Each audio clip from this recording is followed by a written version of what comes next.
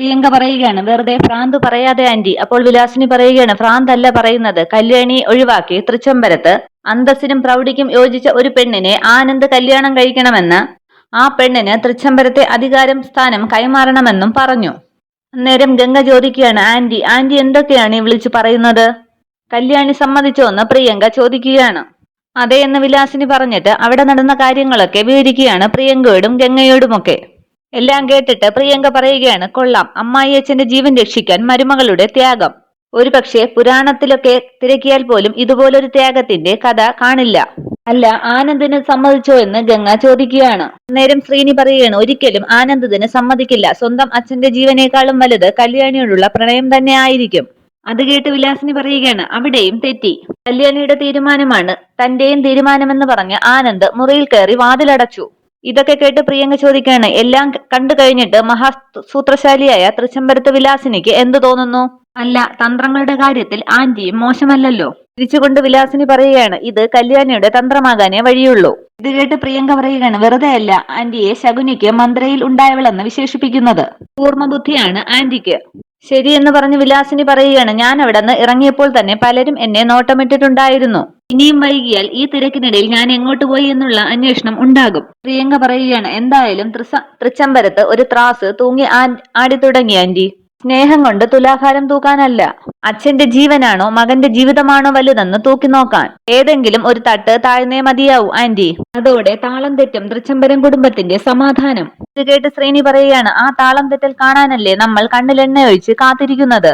കളിയാക്കിക്കൊണ്ട് വിലാസിനി പറയാണ്, നിങ്ങൾ കണ്ണിൽ എണ്ണയോ മണ്ണെണ്ണയോ ഒഴിച്ച് കാത്തിരിക്കുകയോ കാത്തിരിക്കാതിരിക്കുകയോ ഒക്കെ ചെയ്യുക. ഞാൻ ഇറങ്ങുകയാണ്, എന്നാ ശരിയെന്നും പറഞ്ഞ് അവിടെ നിന്നും പോവുകയാണ് വിലാസിനി. വിലാസിനി പോയ ശേഷം ഗംഗ പറയുകയാണ്, ഈ പ്രവചനത്തിന്റെ പിന്നിൽ ഒരു ചതി ഒളിഞ്ഞിരിപ്പുണ്ടല്ലോ പ്രിയങ്കെ. ഋഷികേശ സ്വാമികൾ ആനന്ദിനെയും കല്യാണിയുമാണ് എയിം ചെയ്തിരിക്കുന്നത്. അത് ആർക്കു വേണ്ടിയായിരിക്കും? അതിന് മറുപടിയായി പ്രിയങ്ക പറയുകയാണ്, സംശയമെന്ത്? തൃച്ചംബരത്ത് അഖിലാണ്ടേശ്വരിക്ക് വേണ്ടി. അതായത് കല്യാണിയെ ഒഴിവാക്കാനുള്ള ശക്തമായ പ്ലാൻ. പക്ഷേ ആ പ്ലാൻ ഗുണം ചെയ്യാൻ പോകുന്നത് നാഗമടത്താൻ ആയിരിക്കും. കഥയുടെ ക്ലൈമാക്സിലേക്കുള്ള സീൻ ഇവിടെ തുടങ്ങും. പിന്നീട് കാണിക്കുന്നത് ആനന്ദിനെയും കല്യാണിയുമാണ്. ആനന്ദ് പറയുകയാണ്, കല്ലുകൊണ്ടല്ല എന്നെ സൃഷ്ടിച്ചിരിക്കുന്നത്, ഞാനൊരു മനുഷ്യനാണ്, ഹൃദയമുള്ള മനുഷ്യൻ. എനിക്കിതൊന്നും സഹിക്കാനാവില്ല. കല്യാണി പറയുകയാണ്, ഞാനും സഹിക്കുകയല്ലേ വലിയ കുഞ്ഞെ. നിനക്ക് സഹിക്കാൻ പറ്റുമായിരിക്കും, പക്ഷെ എനിക്കതിന് കഴിയില്ല. കാരണം ഞാൻ നിന്നെ സ്നേഹിച്ചു പോയി. എന്റെ മനസ്സ് നിറയെ നീയായിപ്പോയി. ഞാൻ താലി കെട്ടിയ പെണ്ണിനെ കുറച്ചു കാലം അവളോടൊപ്പം ജീവിച്ച ശേഷം പെട്ടെന്ന് അവളെ മറക്കണമെന്ന് പറഞ്ഞാൽ?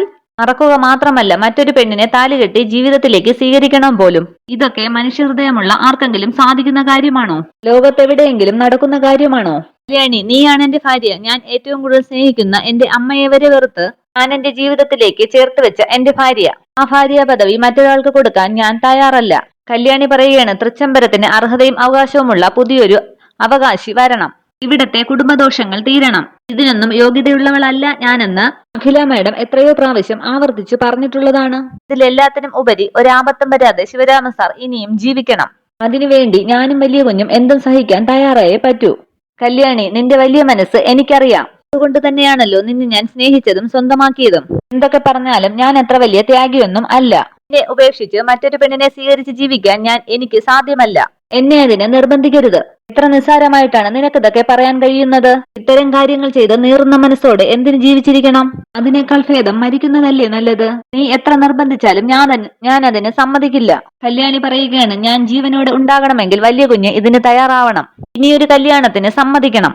ആനന്ദ് ചോദിക്കുകയാണ്, എന്നിട്ട് നീ വയ്ക്കുന്ന ആഹാരവും കഴിച്ച് അവളോടൊപ്പം പാട്ടും പാടി നിന്റെ മുന്നിലൂടെ ജീവിക്കണോ ഞാൻ?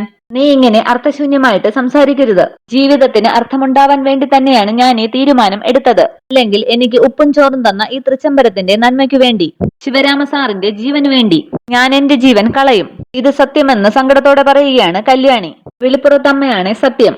ഒന്നും മിണ്ടാനാവാതെ നിൽക്കുകയാണ് ആനന്ദ്. അതിനുശേഷം കല്യാണി ഇതെല്ലാം പറഞ്ഞിട്ട് താഴേക്ക് ഇറങ്ങി വരുമ്പോൾ നാരായണൻ അവിടെ നിൽക്കുന്നുണ്ടായിരുന്നു. കല്യാണി എന്ന് നാരായണൻ വിളിക്കുമ്പോൾ കല്യാണി ചോദിക്കുകയാണ്, എന്താ വേണ്ടത്? ചായയോ കാപ്പിയോ? നാരായണൻ പറയുകയാണ്, ഒന്നും വേണ്ട, അതിനല്ല ഞാൻ വിളിച്ചത്. കാഴ്ചപ്പാടുകളും മുൻവിധികളും ഒക്കെ പലപ്പോഴും തെറ്റാറുണ്ട്. അങ്ങനെ ഒരു തെറ്റുപറ്റിയതിന്റെ ചെറിയ ദുഃഖത്തിലാണ് ഞാൻ.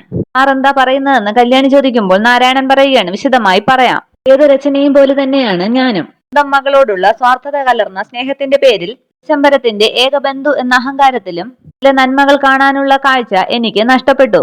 ഞാൻ കാണാൻ ശ്രമിക്കാത്ത ഒരു നന്മയാണ് കല്യാണി. തൃച്ചംബരത്തെ മൂത്ത മകനെ മയക്കിയെടുത്ത ഒരു അടുക്കളക്കാരിയായിട്ട് മാത്രമേ ഞാൻ കല്യാണിയെ കണ്ടിരുന്നുള്ളൂ. അതല്ല ആനന്ദ് വിവാഹം ചെയ്ത കല്യാണി എന്ന് മനസ്സിലാക്കാൻ അല്പസമയമെടുത്തു, അത്രമാത്രം. മാത്രമല്ല, നന്ദനയെ തൃച്ചംബരത്തേക്ക് വിവാഹം ചെയ്ത അയച്ച ശേഷം ആദ്യമായിട്ടാണ് ഇത്രയും ദിവസം ഒരുമിച്ച് ഞാൻ ഇവിടെ വന്ന് നിൽക്കുന്നത്. ഇപ്പോഴാണ് ഇവിടത്തെ പലരെയും എനിക്കേറെ മനസ്സിലാക്കാൻ കഴിഞ്ഞത്. കല്യാണി, നിന്നെ ഉപദേശിക്കാനൊന്നും ഞാനില്ല. പിന്നെ ഇപ്പോൾ ഓർത്തുപോകുന്ന ഒരു കഥ ഞാൻ പറയാം. അച്ഛനായ യയാതിക്ക് ജരാനരകൾ ബാധിച്ചപ്പോൾ സ്വന്തം യൗവനം ദാനം ചെയ്ത ഗുരുവിന്റെ കഥ. മകന്റെ കയ്യിൽ നിന്ന് ദാനമായി കിട്ടിയ യൗവനം കുറ്റബോധം കൊണ്ട് ആ അച്ഛന് പ്രയോജനപ്പെട്ടുമില്ല. മകന്റെ ജീവിതം എന്നേക്കുമായി ഇരുട്ടിലുമായി. ഞാൻ പറഞ്ഞതിന്റെ അർത്ഥം കല്യാണിക്ക് മനസ്സിലായെന്ന് തോന്നുന്നു. തൃച്ചംബരത്തെ ശിവരാമകൃഷ്ണൻ പരമസാത്വികനും തെളിച്ചമുള്ള മനസ്സിന്റെ ഉടമയുമാണ്. അദ്ദേഹത്തിന്റെ ജീവൻ നിലനിർത്താൻ കല്യാണി പറയുന്ന ത്യാഗമെന്ന് പറയുന്നത് മഹനീയം തന്നെയാണ്. പക്ഷേ അത് സ്വന്തം ജീവിതം ബലിക്കല്ലിൽ അർപ്പിച്ചുകൊണ്ടാവരുത്. ഇവിടത്തെ വിശ്വാസപ്രകാരം ശിവരാമകൃഷ്ണന്റെ ജീവന് ആപത്തൊന്നും വരില്ലായിരിക്കും. പക്ഷെ ആ മനുഷ്യൻ ഇന്ന് ജീവിക്കുന്നത് ഉരുകി ഉരുകി തീരുന്ന ഒരു മെഴുകുതിരി പോലെയാണ്. മകന്റെ കുടുംബജീവിതം തകർത്ത ഒരു അച്ഛനായി ഹൃദയം തകർന്ന് അയാൾ ജീവിക്കും, മൃതപ്രായനായി, സ്വയം വേട്ടയാടപ്പെട്ട മനസ്സുമായി. നിങ്ങളൊക്കെ ജീവിതം തുടങ്ങുന്നതേയുള്ളൂ. ഞങ്ങളൊക്കെ അവസാന ഘട്ടത്തിൽ എത്തിയിരിക്കുകയാണ്. അതുകൊണ്ട് ഞാൻ പറയുകയാണ്, കല്യാണി ഇപ്പോൾ എടുത്ത തീരുമാനം തിരുത്തണം. അത് തെറ്റാണ്. ഇതൊന്നും കല്യാണിയോട് പറയണമെന്ന് ഞാൻ മുൻകൂട്ടി തീരുമാനിച്ചതൊന്നും അല്ല. ഒരുപക്ഷെ ഇത് മരിച്ചു മുകളിൽ നിൽക്കുന്ന ദാസേട്ടന്റെ വാക്കുകളായിരിക്കും. എന്താ ഈ മൗനം? കല്യാണിയുടെ പിന്മാറ്റമായി കരുതിക്കോട്ടെ ഞാൻ. ആ കരുതൽ ശരിയല്ലേ മോളെ എന്ന് ചോദിക്കുകയാണ് നാരായണൻ. കല്യാണി പറയുകയാണ്, ശരിയാണ്. പക്ഷെ ഞാനെടുത്ത തീരുമാനമാണ് എന്നെ സംബന്ധിച്ചിടത്തോളം ഏറ്റവും വലിയ മറ്റൊരു ശരി. അത് പറഞ്ഞ ശേഷം അവിടെ നിന്നും പോവുകയാണ് കല്യാണി. പിന്നീട് സ്വാമിയുടെ ആശ്രമത്തിലെത്തുകയാണ് അരവിന്ദ്. പുറകെ സുബ്രുവുമുണ്ട്. സുബ്രു ചോദിക്കുകയാണ്, എന്തിനാ നീ ഈ യാത്രയിൽ ഇങ്ങോട്ട് വന്നത്? കാര്യമുണ്ട് സുബ്രുവണ്ണ. എന്താ കാര്യമെന്ന് എന്നോട് പറയൂ. ഞാൻ വന്നത് മുത്തച്ഛനെ കാണാനാണ്, മഹാനായ ഋഷികേശ സ്വാമികളെ. പറയാനുള്ള കാര്യങ്ങളൊക്കെ ഞാൻ നേരിട്ട് പറഞ്ഞോളാം. അരവിന്ദ്, അദ്ദേഹത്തോടൊക്കെ കയറി നീ ദേഷ്യപ്പെട്ട് സംസാരിക്കരുത്. അവരൊക്കെ ഈശ്വരാധീനമുള്ള ആത്മീയ ആചാര്യന്മാരാണ്. ആളും തരവുമൊക്കെ നോക്കി അളന്ന് സംസാരിക്കണം. ആത്മീയ ആചാര്യമാണെന്ന് കരുതി എന്തും ആകാമെന്നാണോ? അന്നേരം ഗുരുജി അവിടേക്ക് വരികയാണ്. നമസ്കാരം പറഞ്ഞ ശേഷം ഗുരുജി ചോദിക്കുകയാണ്, എന്താ രണ്ടുപേരും കൂടി ഈ രാത്രിയിൽ? അരവിന്ദ് പറയുകയാണ്, എനിക്ക് മുത്തച്ഛനെ ഒന്ന് കാണണമായിരുന്നു. ആരെ? ഋഷികേശ സ്വാമികളെ എന്ന് ചോദിക്കുകയാണ് ഗുരുജി. അദ്ദേഹം വന്നിട്ട് ഗുരുവായൂർക്ക് പോയല്ലോ കുഞ്ഞെ. ഇനിയിപ്പോ നാളെയെ തിരിച്ചെത്തൂ. ശരിയാക്കിക്കൊണ്ട് അരവിന്ദ് ചോദിക്കുകയാണ്, അത് ശരി, അപ്പോൾ ഈയിടെയായിട്ട് ഗുരുജിയും നുണ പറയാൻ തുടങ്ങിയല്ലേ? അരവിന്ദ് എന്തായതെന്ന് സുബ്രു ചോദിക്കുകയാണ്. ചിരിച്ചുകൊണ്ട് ഗുരുജി പറയുകയാണ്, ഇതുവരെ നുണകളൊന്നും പറയേണ്ടി വന്നിട്ടില്ല. പിന്നെ ഈ വാർദ്ധക്യകാലത്ത് വെറുതെ എന്തിനൊരു നുണ പറയണം? എന്തു പറ്റി കുഞ്ഞെ? എന്താ സുബ്രഹ്മണ്യൻ പ്രശ്നം? രവിന്ദ് പറയുകയാണ്, ഗുരുജിയോട് എനിക്ക് സ്നേഹവും ബഹുമാനവും ഒക്കെയുണ്ട്. ഇന്ന് വരെ ഗുരുജിയെ ധിക്കരിച്ച് ഞാനൊരു വാക്ക് പോലും പറഞ്ഞിട്ടില്ല. പക്ഷെ ഇപ്പോൾ വന്നത് എന്റെ മുത്തച്ഛനായ ഋഷികേശ സ്വാമികളോട് കുറച്ച് ചോദ്യങ്ങൾ ചോദിക്കാനാണ്. സ്വസ്ഥമായി ജീവിക്കുന്ന ഭാര്യ ഭർത്താക്കന്മാരുടെ വിവാഹമോചനം നടത്തലാണോ പുതിയ സന്യാസത്തിന്റെ ലക്ഷ്യമെന്നറിയാനാണ് വന്നത്. സന്യാസികളെയും ആത്മീയ ആചാര്യന്മാരെയും വലിയ മനുഷ്യസ്നേഹികളായിട്ടാണ് എനിക്ക് അറിയാൻ കഴിഞ്ഞിട്ടുള്ളത്. പക്ഷെ ഗുരുജി വരെ ബഹുമാനിക്കുന്ന എന്റെ മുത്തച്ഛൻ ഇപ്പോൾ ഒരു മനുഷ്യദ്രോഹിയായിട്ടാണ് എനിക്ക് മനസ്സിലാക്കാൻ കഴിഞ്ഞിട്ടുള്ളത്. കേവലം ഡിവോഴ്സ് പെറ്റീഷൻ മാത്രം എടുക്കുന്ന ഒരു വക്കീലിനെ പോലെ. നീ എന്തൊക്കെയാ വിളിച്ചു പറയുന്നതെന്ന് സുബ്രു ചോദിക്കുകയാണ്. മഹത്വം അറിഞ്ഞു വേണം സംസാരിക്കാൻ. ഞാൻ നല്ല ബോധത്തോടുകൂടി തന്നെയാണ് സുബ്രുണ്ണ സംസാരിക്കുന്നത്.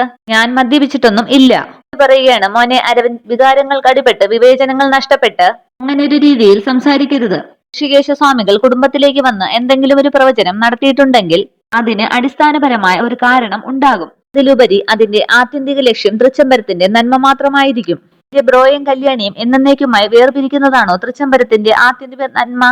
സ്നേഹിച്ച് കല്യാണം കഴിച്ച് ഒരുമിച്ച് ജീവിക്കുന്നവരെ എന്നേക്കുമായി പിരിയിക്കുന്നതാണോ സന്യാസധർമ്മം? ഇത് അമ്മയും മുത്തച്ഛനും കൂടി ആലോചിച്ച് നടപ്പിലാക്കുന്ന ഒരു ഗൂഢാലോചന മാത്രമാണ്. അല്ലാതെ പിന്നെന്താ? ബ്രോ കല്യാണിയെ കല്യാണം കഴിച്ചപ്പോൾ മുതൽ ഉള്ള പക എന്റെ അമ്മയ്ക്ക് ഇതുവരെ തീർന്നിട്ടില്ല. അതിന് അച്ഛന്റെ ജീവൻ ആപത്താണെന്നും പറഞ്ഞ് ഒരു കള്ളവും പറഞ്ഞ് ഇവരെ മോചിപ്പിക്കണം. അതാണ്. അങ്ങനെ കല്യാണിയെ പെരുവഴിയിൽ ഇറക്കണം. എന്നിട്ട് എന്റെ ബ്രോയെ മുഴുഭ്രാന്തനും ആക്കണം. അതുതന്നെയാണ് രണ്ടുപേരുടെയും ലക്ഷ്യം. ഇത് ധർമ്മമൊന്നുമല്ല, അധർമ്മം തന്നെയാണ്. നടക്കില്ല ഗുരുജി. മുത്തശ്ശനും അമ്മയും കൂടി നടപ്പിലാക്കുന്ന ഈ ഗൂഢാലോചന ഒരിക്കലും നടക്കില്ല. അത് പറയാൻ കൂടി തന്നെയാണ് ഞാൻ വന്നത്. അപ്പോഴുണ്ട് ഗുരുവായൂരിലേക്ക് പോയിരിക്കുന്നു. എന്തിന്? 16,008 ഭാര്യമാരുള്ള കൃഷ്ണനെ കൊണ്ട് പറഞ്ഞ് ഡിവോഴ്സ് ചെയ്യിപ്പിക്കാനോ? അരവിന്ദ്, നീ വായെന്നും പറഞ്ഞ് സുബ്രു വിളിക്കുകയാണ്. അപ്പോഴേക്കും അരവിന്ദ് പറയുന്നു, എന്റെ ചോദ്യങ്ങൾക്കുള്ള ഉത്തരം കിട്ടട്ടെ, എന്നിട്ട് ഞാൻ വരാം. എനിക്ക് മറുപടി കിട്ടാതെ ഞാൻ എങ്ങോട്ടും വരുന്നില്ല. ഗുരുജി എന്ന് വിളിച്ച് വീണ്ടും വീണ്ടും ചോദ്യങ്ങൾ ചോദിക്കുമ്പോൾ അരവിന്ദിനെ വിളിച്ചുകൊണ്ട് പോവുകയാണ് സുബ്രു. അവർ പോയ ശേഷം കണ്ണടച്ച് പ്രാർത്ഥിക്കുകയാണ് ഗുരുജി. പിന്നീട് കാണിക്കുന്നത് റൂമിലിരിക്കുന്ന അഖിലയാണ്. അവിടേക്ക് കല്യാണി വരികയാണ്. കല്യാണി ചോദിക്കുകയാണ്, മാഡം കല്യാണ പെണ്ണിനെ കണ്ടെത്തണമെന്ന് അഖില പറയുകയാണ്. കല്യാണി പറയുന്നു, ഋഷികേശ സ്വാമികൾ പറഞ്ഞ പ്രകാരം ഇനി ദിവസങ്ങൾ കുറവാണ്.